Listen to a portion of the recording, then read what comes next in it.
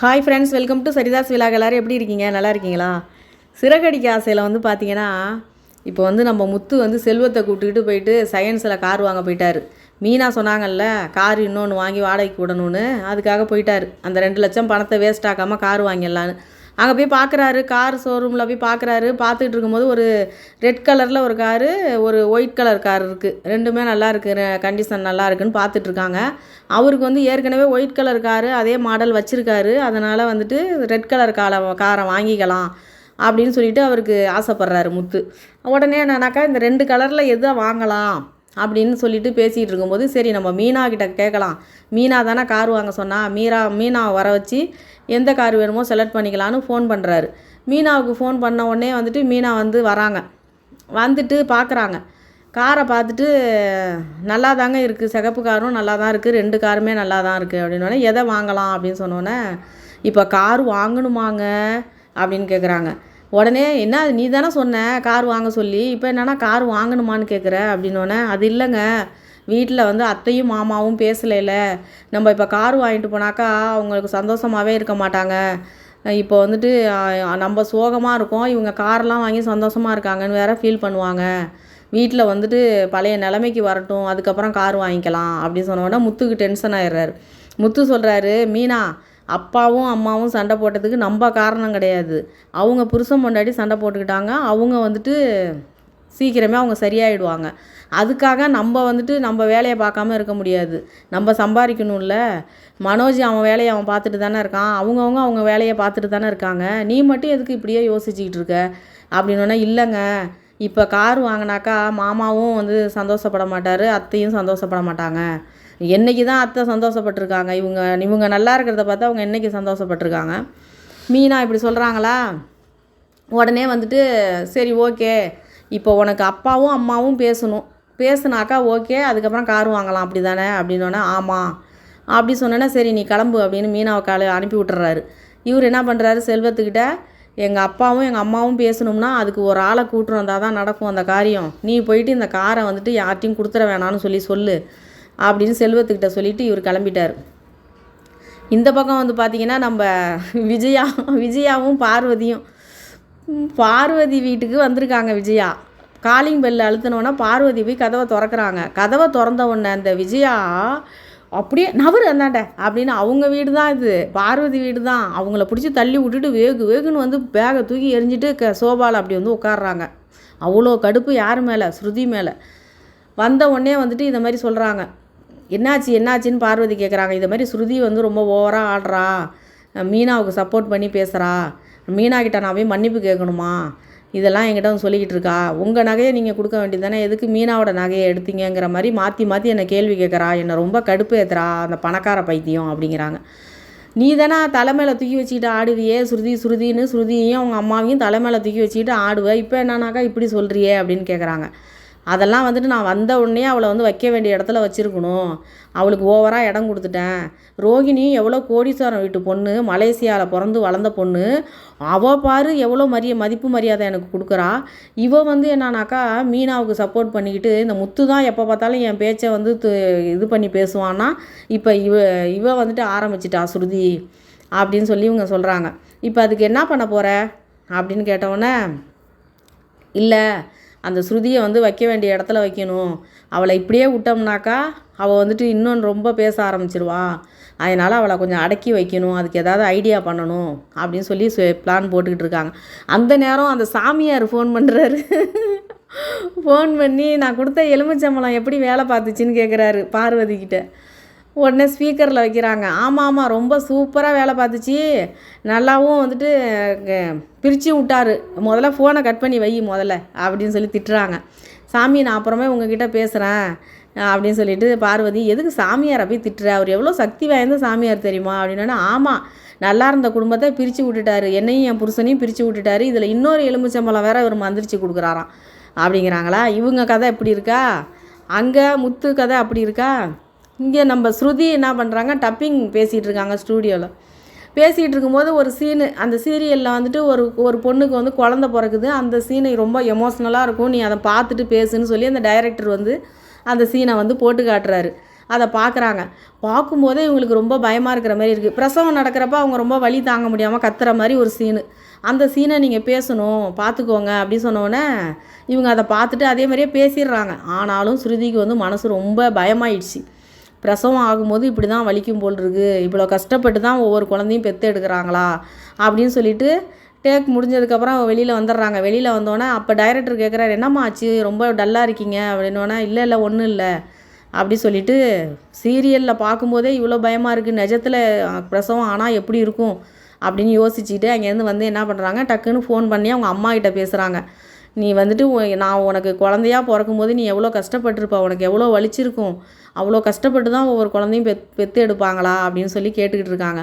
என்ன நீ குழந்தைய பற்றி பேசுகிற, ஒரு வேளை கன்சீவாக இருக்கியா அப்படின்னு அவங்க அம்மா கேட்குறாங்க. அதெல்லாம் கிடையாது, நான் இன்றைக்கி ஒரு டப்பிங் பேசினேன், நான் சீரியலுக்கு குழந்த பிறக்கிற மாதிரி ஒரு சீனு, அந்த சீனில் வந்து பேச சொன்னாங்க, அதை பேசும்போதே எனக்கு ரொம்ப பயமாக இருந்துச்சு அதை பார்க்கும்போது அப்படின்னு. அதெல்லாம் நீ ஒன்று அதையே நினச்சிட்டு இருக்காத, சீக்கிரமே குழந்த பெற்றுக்கிற வழியை பாரு அப்படின்னு சொல்லிவிட்டு அவங்க வச்சிட்றாங்க அவங்க அம்மா. இவங்களுக்கு அந்த நினப்பு போவே இல்லை, பயந்துட்டாங்க அந்த சீனை பார்க்கும்போது. அப்போ குழந்த பிறக்கும்போது இவ்வளோ கஷ்டப்படணும் போல் அப்படின்ட்டு. இதுக்கப்புறம் நேராக வீட்டுக்கு வராங்க. வீட்டுக்கு வந்தாங்க, ரோகிணி வந்து அங்கேருந்து வந்து ஆர்டர் போடுறாங்க நம்ம மீனா கிட்டக்க. மீனா டீ போட்டிங்களா, எனக்கும் டீ கொடுங்க அப்படின்ட்டு டைனிங் டேபிளில் உட்காடுறாங்க. மீனா வந்து ஃப்ளாஸ்கில் டீ போட்டு வச்சுக்கிட்டு வரவங்க போகிறவங்களுக்கெல்லாம் டீ கொடுக்கறது தானே அந்த அம்மாவுக்கு வேலை. அங்கேருந்து வந்துட்டு வந்தவொடனே அடுத்து ஸ்ருதி வராங்க. அவங்க பேய் அரைஞ்ச மாதிரி வராங்க. ஸ்ருதி இங்கே வாங்க டீ வேணுமா அப்படின்னா கொடுங்க அப்படின்னு சொல்லிட்டு அவங்களும் அங்கே உட்காடுறாங்க. ஆனால் ஸ்ருதி வந்து டீயை மட்டும் குடிக்கிறாங்க, யார்ட்டையும் பேசலை. எப்போதும் வளவலன்னு பேசுவாங்கல்ல. உடனே மீனா வந்து, ஸ்ருதி என்னாச்சு, உடம்பு சரியில்லையா, என்னாச்சு, ஏன் டல்லாக இருக்கீங்க, முகமே சரியில்லையே அப்படின்னு கேட்குறாங்க. இவங்களும் கேட்குறாங்க, ரோகிணியும். அதுக்கப்புறம் ஆமாம் இன்றைக்கி ஒரு சீன் வந்துட்டு நான் பேசினேனா, டப்பிங் பேசினேனா, அதுலேருந்தே எனக்கு ரொம்பவும் ஒரு மாதிரி மூட் அவுட் ஆகிடுச்சி அப்படின்னு ஸ்ருதி சொல்கிறாங்க. என்ன சீனு, என்னாச்சு அப்படின்னு. இந்த மாதிரி ஒரு பொண்ணுக்கு வந்து சீரியலில் வந்துட்டு நாடகத்தில் குழந்த பிறக்கிற சீனு, அந்த சீனை என்னை பேச சொன்னாங்க, பேசி முடிச்சிட்டேன், ஆனால் அதுலேருந்தே எனக்கு மனசு சரியில்லை, ஒரு மாதிரி இருக்குது, அப்போ குழந்த பிறக்கும்போது ரொம்ப பெயினாக இருக்கும் போல் இருக்குது, இனிமேல் ரவி என் கிட்டக்க வந்தாக்கா என் கிட்டக்கே நான் நெருங்க விட மாட்டேன், எனக்கு பயமாக இருக்குது பிரசவத்தை நினச்சாலேன்னு சொல்லிட்டு அவங்க சொல்லிகிட்டு இருக்காங்க. அப்போ உடனே ரோகிணி அவங்களே மறந்துட்டாங்க, அவங்களே மறந்து சந்திரமுகியாக மாறிட்டாங்க. நம்ம ரோகிணி வந்து அவங்களுக்கு குழந்த பிறந்த அனுபவத்தை சொல்லிகிட்டு இருக்காங்க. உனக்கு பிரசவம்லாம் எப்படின்னே தெரியாதா ஸ்ருதி, நீங்கள் என்ன இவ்வளோ அளவுக்கு பயந்து போயிட்டீங்க, பிரசவம்னா 10 மாதம்னா ஈஸி கிடையாது, 10 மாதம் ஃபுல்லாக இப்படி இருக்கும் அப்படி இருக்கும்னு சொல்லி நம்ம ரோகிணி வந்து அவங்களுடைய அனுபவத்தை அப்படியே சொல்லிகிட்டு இருக்காங்க. சொல்லிகிட்டு இருக்கும்போது ஃபஸ்ட்டு மாதத்துலேருந்து குழந்த பிறக்கிற வரைக்கும் எப்படி இருக்கும் அப்படிங்கிறத சொல்லி முடிச்சிட்டாங்க. நம்ம ஸ்ருதியும் அப்படியே பச்சை கண்ணு வாங்காமல் ரோகிணியை பார்க்குறாங்க. நம்ம மீனாவுக்கு டவுட்டு, இவளுக்கு எப்படி தெரியும் குழந்த பிறக்கிறது, ஃபஸ்ட்டு மாதத்துலேருந்து கடைசி மாதம் வரைக்கும் நடந்தது அப்படியே சொல்கிறாங்களே, இவங்களுக்கு எப்படி தெரியும்னு டவுட்டு 2 பேருக்கும். ரோகிணி சொல்லி முடித்ததுக்கப்புறம் தான் வெளியிலே வராங்க அந்த இதை விட்டு.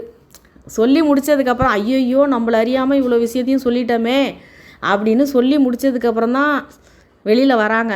இப்போ அவங்களுக்கே ஐயோ நம்ம இவ்வளோ அளவுக்கு சொல்லியிருக்கோமே, இவங்க சந்தேகப்படுவாங்களேங்கிற மாதிரி மீனாவையும் பார்க்குறாங்க, ரோகிணியும் பார்க்குறாங்க, மீனாவையும் பார்க்குறாங்க, ஸ்ருதியையும் பார்க்குறாங்க. இப்போ வந்து மீனா இன்னும் கேள்வி கேட்கல, நாளைக்கு தான் கேட்பாங்க போல் இருக்கு. எப்படி உங்களுக்கு குழந்த பிறக்கிறத பற்றி உங்களுக்கு எப்படி தெரியும்னு நாளைக்கு தான் கேட்பாங்க போல் இருக்கு. கேட்டால் கூட நம்ம ரோகிணிக்கு பொய் சொல்லிவா தரணும்.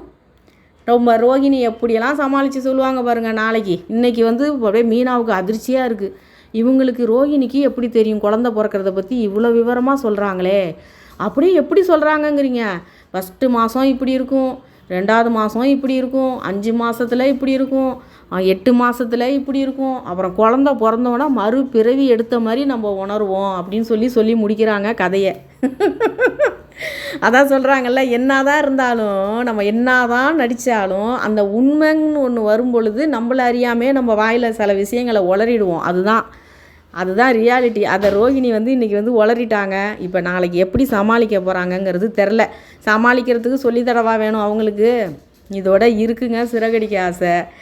இப்போ வந்து நம்ம மீனா பண்ணுறது கொஞ்சம் எனக்கு ஓவராகவே தெரியுது. வீட்டில் பிரச்சனைங்கிறாங்க, சாப்பிடாமல் இருக்காங்களா, தூங்காமல் இருக்காங்களா, பேசாமல் இருக்காங்களா, என்ன பண்ணாமல் இருக்காங்க. வீட்டில் பிரச்சனை வந்துச்சு, அவங்களுக்கும் கொஞ்சம் விஜயாவுக்கும் கொஞ்சம் இது கொடுக்கணும்ல, விஜயா திருந்துறதுக்கு ஒரு சான்ஸ் வேணும்ல.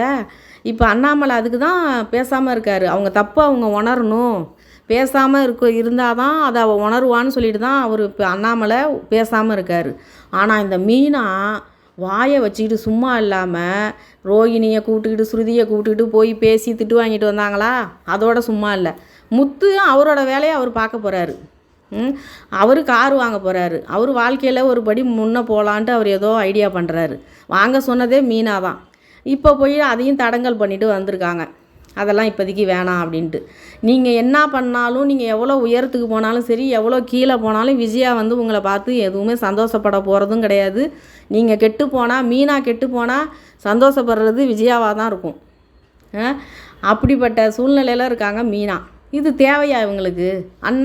மாமா வந்து இப்போ அத்தைக்கிட்ட பேசாமல் அவர் சந்தோஷமாவா இருப்பார்? அது உண்மை தான். அது அவங்க புருஷன் பொண்டாட்டி பேசிகிட்டு இருந்தவங்க திடீர்னு பேசாமல் ஆனால் அது மனசு கஷ்டத்தில் தான் இருப்பாங்க. ஆனால் அவர் எதுக்காக விஜயாவுக்கு அதை மாதிரி பண்ணி வச்சுருக்காருன்னா, அப்போ தான் அவள் தப்பு பண்ண மாட்டா, இதுக்கப்புறம் எந்த தப்பும் பண்ண மாட்டாங்கிறதுக்கு தான் அவர் விலகி இருக்கார் பேசாமல். ஆனால் மீனா சும்மா இல்லை. எப்படியாவது சேர்த்து வச்சிடணும், எப்படியாவது 2 பேரையும் சேர்த்து வச்சிடணும். இப்போ அதோட இல்லைன்னா இப்போ நாளைக்குன்னு போட்டு காட்டுறாங்க. என்னன்னு கேட்டிங்கன்னா, இப்போ நம்ம முத்து போய் பாட்டியை கூப்பிட்டு வந்திருக்காரு. பாட்டி சொல்கிறாங்க, இந்த விஷயத்த முதலே சொல்லியிருந்தா நான் இவ்வளோ தூரம் போகிறதுக்கு விட்டுருக்கவே மாட்டேன்ல அப்படின்னு சொல்கிறாங்க. வீட்டுக்கு வராங்க. வந்தவுடனே விஜயா வந்து, வாங்கத்த என்ன திடீர்னு வந்திருக்கீங்க அப்படின்னோடனே, ஏன் நான் வரக்கூடாதா அப்படின்னு கேட்குறாங்க. அப்படி இல்லை, போன வாரம் தானே வந்துட்டு போனீங்க, அதான் திரும்பி வந்திருக்கீங்களேன்னு கேட்டேன் அப்படின்னோடனே, வர வேண்டிய சூழ்நிலை ஆயிடுச்சு, அதனால் வந்திருக்கேன் அப்படின்னு சொல்லி பாட்டி சொல்கிறாங்க. இப்போ கண்டிப்பாக பாட்டி வந்து எப்படியோ பேச வச்சுருவாங்கன்னு நினைக்கிறேன் 2 பேரையும். நம்ம மீனா இதுக்கப்புறம்னாவது நிம்மதியாக சாப்பிடட்டும், நிம்மதியாக வந்துட்டு அவங்க வேலையை பார்க்கட்டும். தலையில் தூக்கி வச்சுக்கிட்டு ஆடுறாங்க ரோகிணி கூட ஃபீல் பண்ணலை. விஜயாவும் மாமாவும் மாமனாரும் பேசாமல், மாமியாவும் மாமனாரும் பேசாமல் இருக்காங்களேன்னு ரோகிணியும் ஃபீல் பண்ணலை. மனோஜி தான் இந்த பிரச்சனைக்கு மூல காரணமே. மனோஜி நம்ம அப்பா அம்மா பேசாமல் இருக்காங்களேன்னு அவரும் ஃபீல் பண்ணலை. இந்த பக்கம் ரவியும் அவர் வேலையை பார்க்குறாரு, ஸ்ருதி அவங்க வேலையை பார்க்குறாங்க. முத்துவும் அவங்க வேலையை பார்க்க தான் இருக்கார். ஆனால் மீனா மட்டும் தலைக்கு மிஞ்சின கொழுக்கட்டைன்னு சொல்லுவாங்க பார்த்தீங்களா, அது மீனா தான். மாமியார் மேலே மரியாதை இருக்க வேண்டியதான். நம்மளை மதிக்கிற மாமியாராக இருந்தால் மதிக்கலாம். நம்மளை போட்டு காலில் மிதிச்சிக்கிட்டு எதுக்கு எடுத்தாலும் குத்தம் குறை சொல்லிக்கிட்டு நல்லது சொன்னாலும் கெட்டதாக நினச்சிக்கிட்டு நம்மளை கேவலமாக பார்த்துக்கிட்டு நம்ம அம்மா வீட்டை கேவலமாக பேசுகிற மாமியாருக்கு நம்ம என்னத்துக்கு மதிப்பு கொடுக்கணும்? மதிப்பு கொடுக்கறதுக்கு தான் சமைச்சு கொடுக்குறாங்க, வீட்டு வேலை எல்லாம் பார்த்து கொடுக்குறாங்களா, அதோடு நிறுத்திக்கிட்டு அவங்க வேலையை பார்த்துட்டு போயிட்டே இருக்கணும். சும்மா விஜயா கிட்ட போய் நிற்க வேண்டியது. அத்தைன்னு வார்த்தைக்கு 100 வாட்டி அத்தை. அவங்களே கம்மியாக தான் பேசுகிறாங்க. ரோகிணி கூட ஆன்ட்டின்னு வந்துட்டு 2-3 வாட்டி தான் சொல்லுவாங்க. இவங்கள பாருங்களேன், நீங்கள் பேசுகிறப்ப கவனித்து பாருங்களேன். மீனாவை ஒரு வரி பேசுகிறதுக்காட்டியும் 10 வாட்டி அத்தை சொல்லிவிடுவாங்க. அத்தைன்னு அந்த அத்தைன்னு இவங்க அவ்வளோ உரிமையோடு கேட்குறதுக்கு அவங்க பதிலுக்கு வந்துட்டு இவங்களுக்கு எந்த அளவுக்கு அசிங்கப்படுத்தி பேசுகிறாங்க பார்க்கலாம். இதோட இருக்குது. பாட்டி வந்திருக்காங்க. கண்டிப்பாக எப்படியாவது அண்ணாமலைகிட்ட பேசி விஜயாவையும் பையனையும் மருமகளையும் பேச வைப்பாங்க. அதுக்கப்புறம்னாவது முத்து போய் அந்த காரை வாங்கட்டும். உண்மையிலே அவங்க அப்பா அம்மாவை சேர்த்து வைக்கிறதுக்கு ஒன்றும் இப்போ முத்து வந்துட்டு போய் கூப்பிட்டு வரல. அவர் அந்த காரை வாங்கிடணும். அவருக்கு என்ன பண்ணுறது, ஒரு லிமிட்டு தாண்டி அவரும் என்ன பண்ணுவார்? அவரும் பேசி பார்த்தாரு அவங்க அப்பா கிட்டக்க, முடியல. அவங்க அம்மா பண்ணுறதும் கொஞ்சம் ஓவராக தானே இருக்குது. அதனால் கொஞ்ச நாள் பிரிஞ்சு இருந்தால் தான் இவங்க ஓரளவுக்கு இதாக இருப்பாங்கன்னு அவர் நினச்சாரு. ஆனால் மீனா விடுற மாதிரி இல்லை. சேர்த்து வச்சதுக்கப்புறம்னாவது மீனா நார்மலாக இருக்காங்களான்னு பார்க்கலாம். இதோட இருக்குங்க சிறகடிக்க ஆசை. எல்லாருமே வந்துட்டு இப்போ ஸ்ருதி தான் வந்துட்டு நல்லா நடிக்கிறாங்க அப்படிங்கிற மாதிரி தான் எல்லாருமே சொல்லிகிட்டு இருக்காங்க. ஸ்ருதி மாதிரி தான் இருக்கணும். பட்டுன்னு மனசில் உள்ளதை வெளியில் பேசிடணும். மனசுக்குள்ளேயே வச்சுக்கிட்டு கவலைப்பட்டுக்கிட்டு வருத்தப்பட்டுக்கிட்டு உட்காந்துருக்கக்கூடாது. நம்ம மேலே தப்பு இல்லைன்னா அந்த இடத்துல நேர்மையாக பேசிடணும். அதுதான் கரெக்டு. ஸ்ருதி அதை கரெக்டாக பண்ணுறாங்க. மீனா நடந்துக்கிறது வந்துட்டு ஒரு கூட்டு குடும்பத்தில் அப்படி தான் நடந்துக்கணும்பாங்க எல்லாரும். ஆனால் மதிப்பே கொடுக்கலையே அவங்க மாமியார். அப்புறம் நம்ம வந்துட்டு கூட்டு குடும்பத்தில் அதை மாதிரி நடந்துக்கிட்டு இருந்தாக்கா நம்மளை இழிச்ச வாயின்னு நினச்சிருவாங்க. அவ்வளோதான்.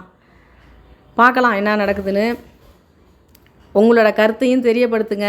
நான் பேசுனதில் ஏதாவது தப்பு இருந்தாலும் சொல்லுங்கள். நன்றிங்க.